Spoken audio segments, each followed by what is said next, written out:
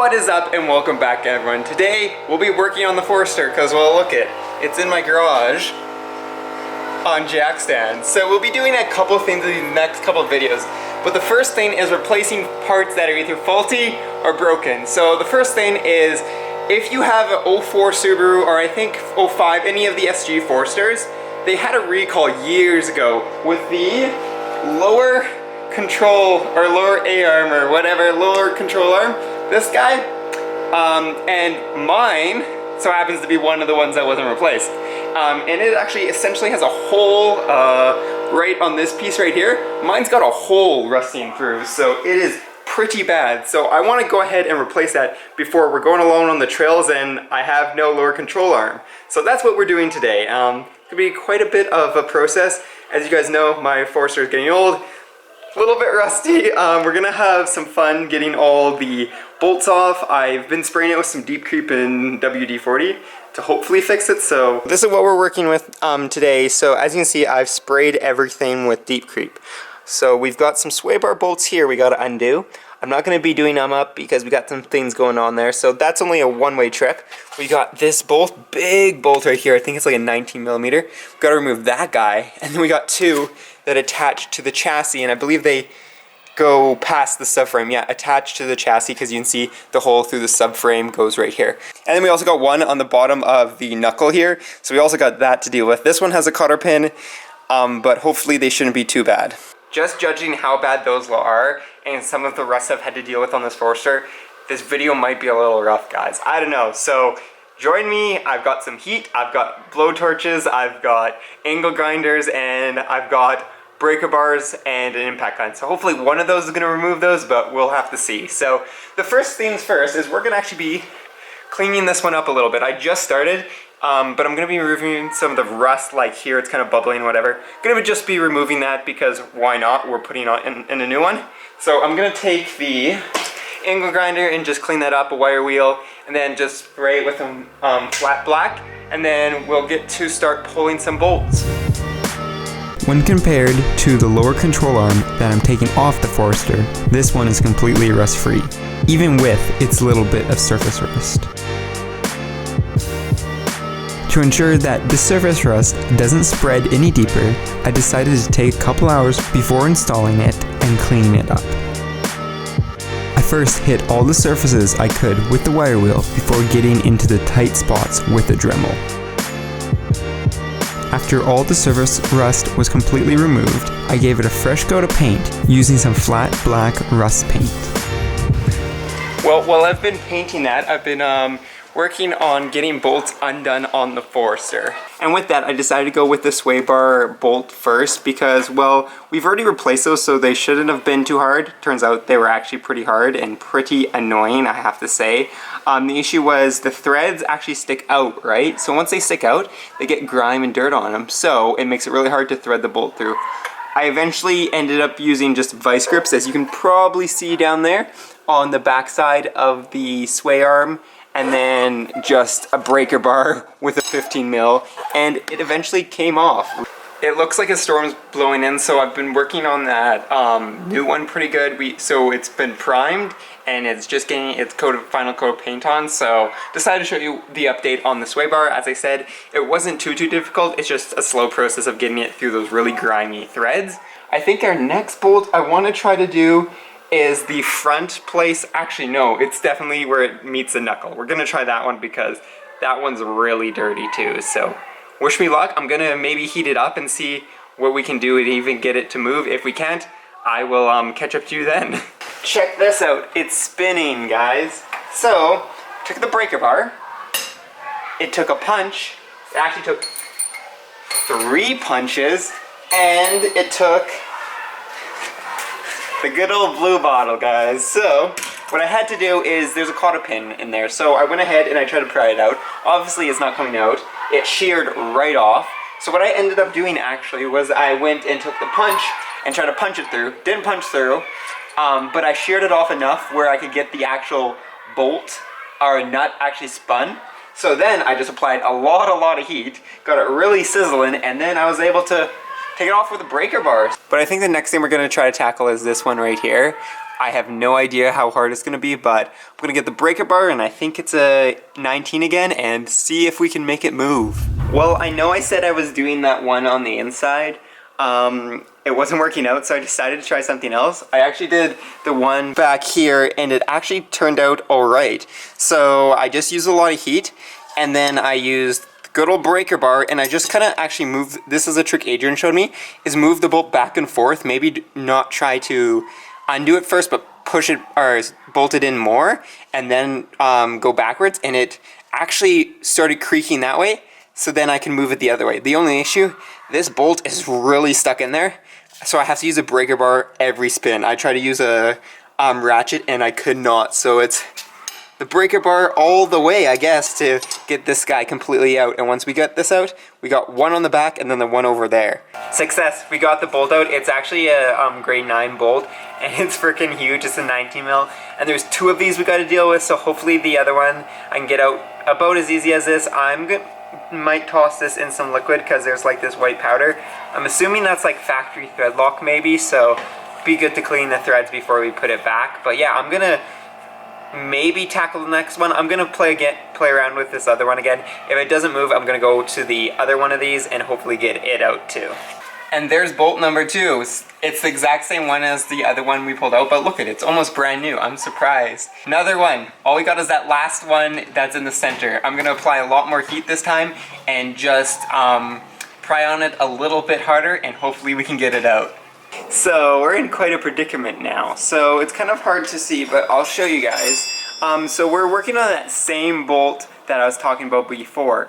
The one way back there, the one I actually have now, a snipe attached to my breaker bar because it wasn't giving me enough leverage. But this is the issue. Oops, bumped into the camera. I can't go far enough. So what I did is I put a ratchet on there, and the issue is the ratchet just doesn't have enough power either. So the logical solution is removing this strut, right? Because, well, if it's hitting on the strut, let's remove the strut. Well, as you can see, I've already tried that. I've removed this bolt, but I can't remove the bottom bolt. It literally, my 12 point, I need a 6 point 17 mil because the 12 points are slipping. I knew it was going too well. We had all the bolts off but this one, and I was like, oh, we got this. We can do this tonight, no problem. Yeah, no, that's not happening anymore. At least my piece is going to be nice and dry. It's nice and painted, and it's just sitting here drying.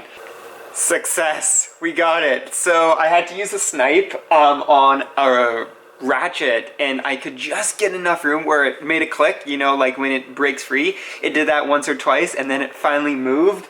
And then I just had to do little increments here and there, and then eventually I could take off the snipe. But holy, I probably had that much room. Like, there was little bit of room. And it was more like I had to actually take my hammer and hammer the snipe on an angle onto the ratchet, but I eventually got it.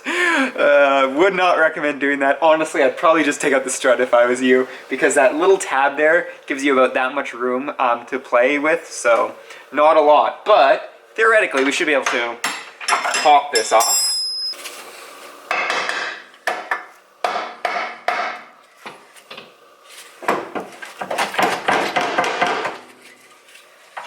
Well, I still stand by removing your strut is a good idea to remove that lower control arm.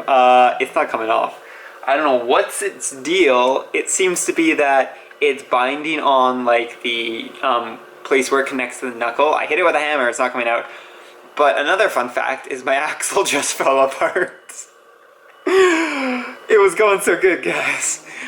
So the axle literally, so the boot came off and then it dropped a piece on the ground that looks like a bearing or something.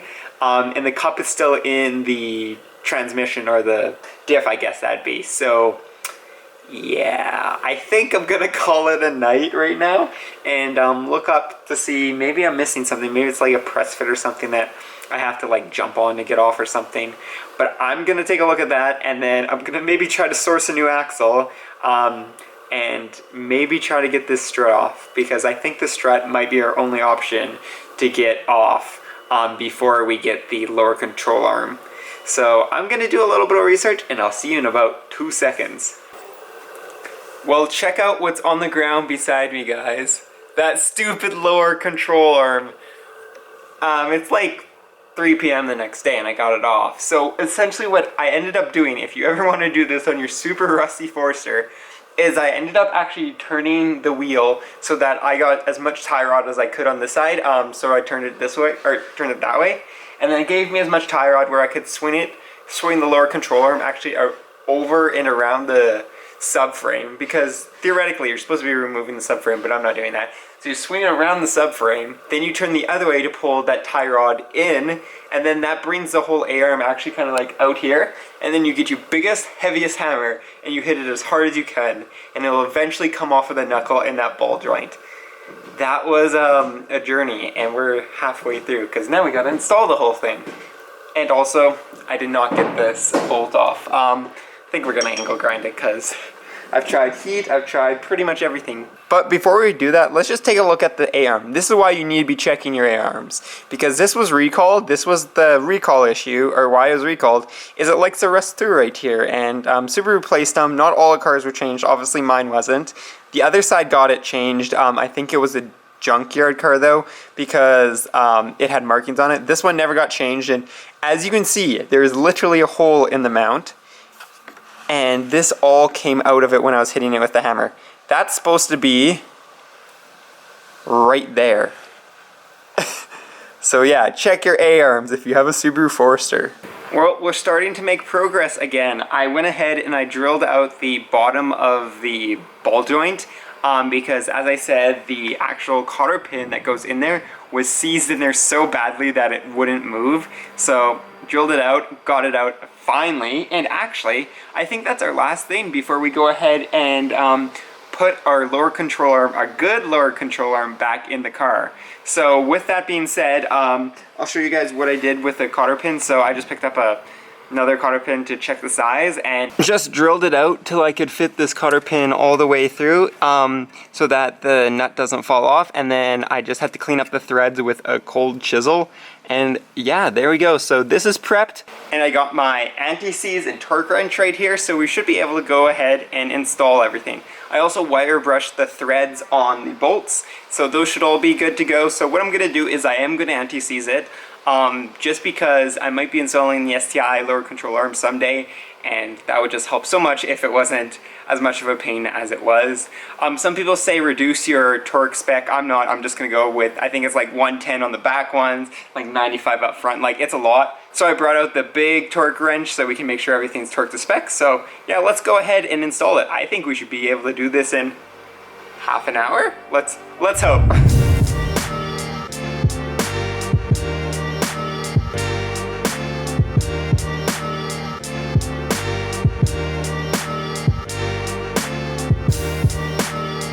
And there we go. So we got that A-arm in there, and it's all tightened up and all torqued to spec, and cotter pins in, and it's ready to go. But we're not going to be putting the car down, because this is just the start of a week of mods pretty much for me, or working on the car. So look out for that, because that's going to be really cool. We got some really cool stuff going to go on here. Some we're going to be trimming some weight on the car, going to be adding some stuff, and doing some other cool stuff. That was a little bit longer. I thought I was going to be able to do this in an evening. Obviously you can't if it's as rusty as mine was, but I bet you if your car wasn't as bad, you could probably get it done in the evening. It's not too hard, and as you saw in the install, it's not too difficult putting one back in. It's just a couple bolts and torquing them to spec. But there we go, we finally got our A-arm, and remember, if you have a Forester and you're in a salty climate, maybe check your A-arms and see if they're as bad as mine. But that's going to be it for today. So as always, peace out and stay humble.